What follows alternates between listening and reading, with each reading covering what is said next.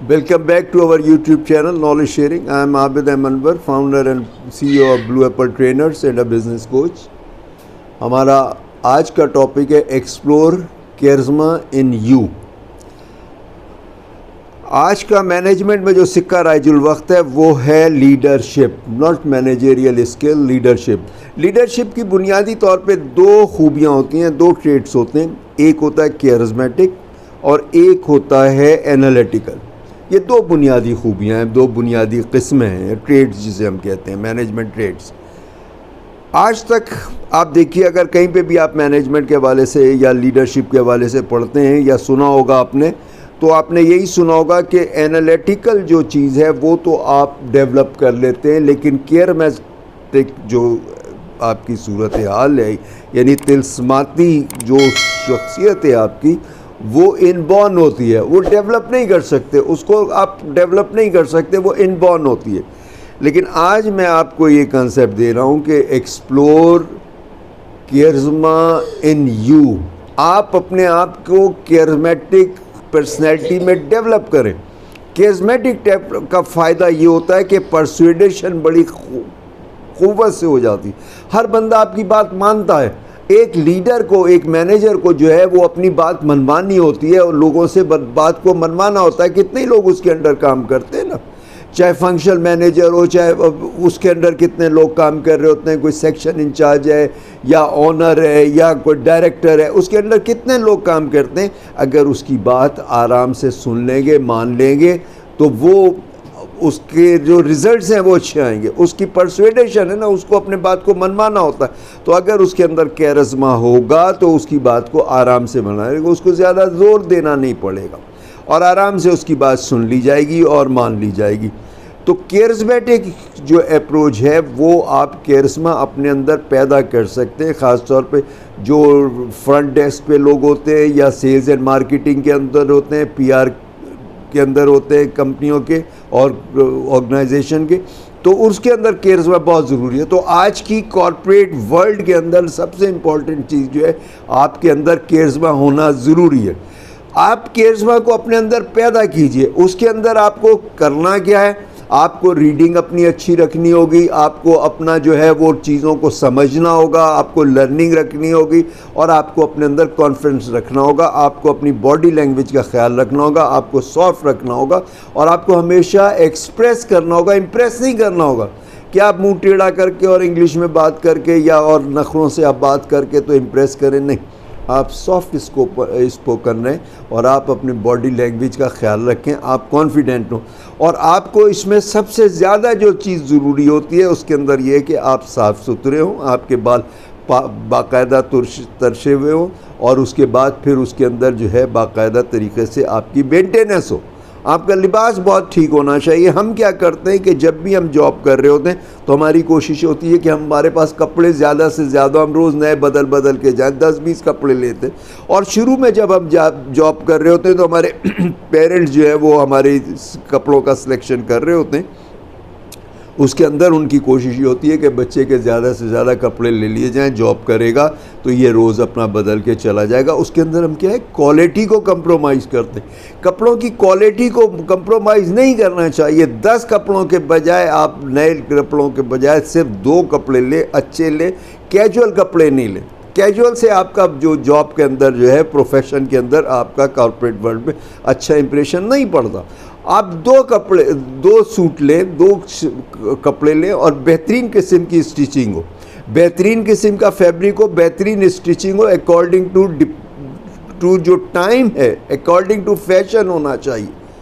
और आप वो पहनिए जो आपका जो तन भाता हो, जो आपका जो है वो ज़माने को पसंद आए, लोगों को पसंद आए, आपका फैशन के हिसाब से उसके अंदर हो। उसके अंदर फैब्रिक की और स्टिचिंग की क्वालिटी अच्छी हो और जूते साफ़ सुथरे हो। जनरली हमारा क्या होता है कि हम जूते बड़े गंदे से पहन रहे होते हैं और जूतों की तरफ तवज्जो नहीं रहते कि नज़र किसी के पर क्या जाएगी।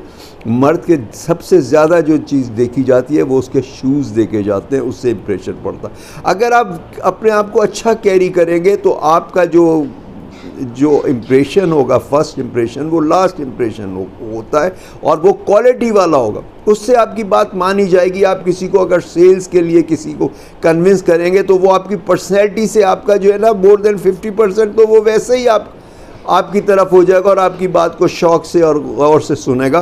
तो आप अपने लिबास का, आप अपने चेहरे का, आप अपने कहीं पे भी आप जाते हैं, मीटिंग्स के अंदर जाते हैं, जनरली हमारे यंगस्टर जो हैं वो मोटर बाइक पे जा रहे होते हैं और पूरे पाकिस्तान और इंडिया के अंदर जो उसकी गर्द की पोजीशन है बहुत बुरी हालत में चले जाते हैं।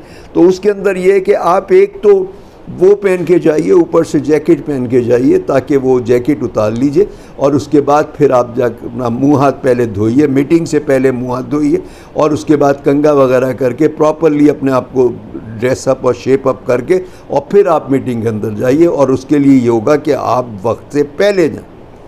कुछ चीज़ें आपको बहुत सीखने की ज़रूरत होगी इसके अंदर, ख़ास तौर पे टाइम मैनेजमेंट हो गई, इसके अंदर लीडरशिप क्वालिटीज़ हो गई, इसके अंदर फिर डिसीजन मेकिंग हो गई, कन्फ्लिक्ट मैनेजमेंट हो गई, ये कम्युनिकेशन स्किल्स हो गई, प्रेजेंटेशन स्किल्स हो गई। ये चीज़ें आपको सीखने की ज़रूरत है और इस तरह से आप जाएंगे तो आपकी पर्सनैलिटी के अंदर एक कियरमा होगा और उससे बहुत जल्दी आपका जो बात मानी जाएगी और बड़ा अच्छा इंप्रेशन पड़ेगा और आप हमेशा सक्सेसफुल होंगे।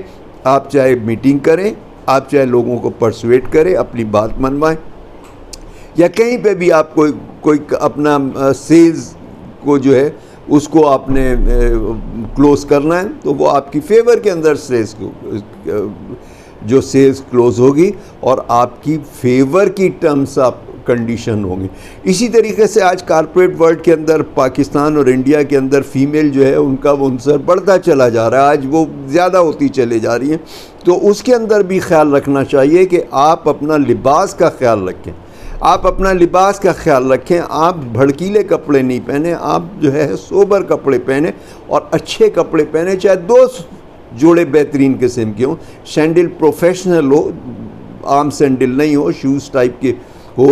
बाज़ जॉगर्स भी पहन के जा रही होती हैं ऑफिस के अंदर, या उसके अंदर जो है वो भड़कीली नहीं होनी चाहिए, सॉफ्ट होने, हल्का फुल्का मेकअप, हल्की फुल्की ज्वेलरी, वो उसके ठीक फैशन के हिसाब से, लेकिन ओवर नहीं हो।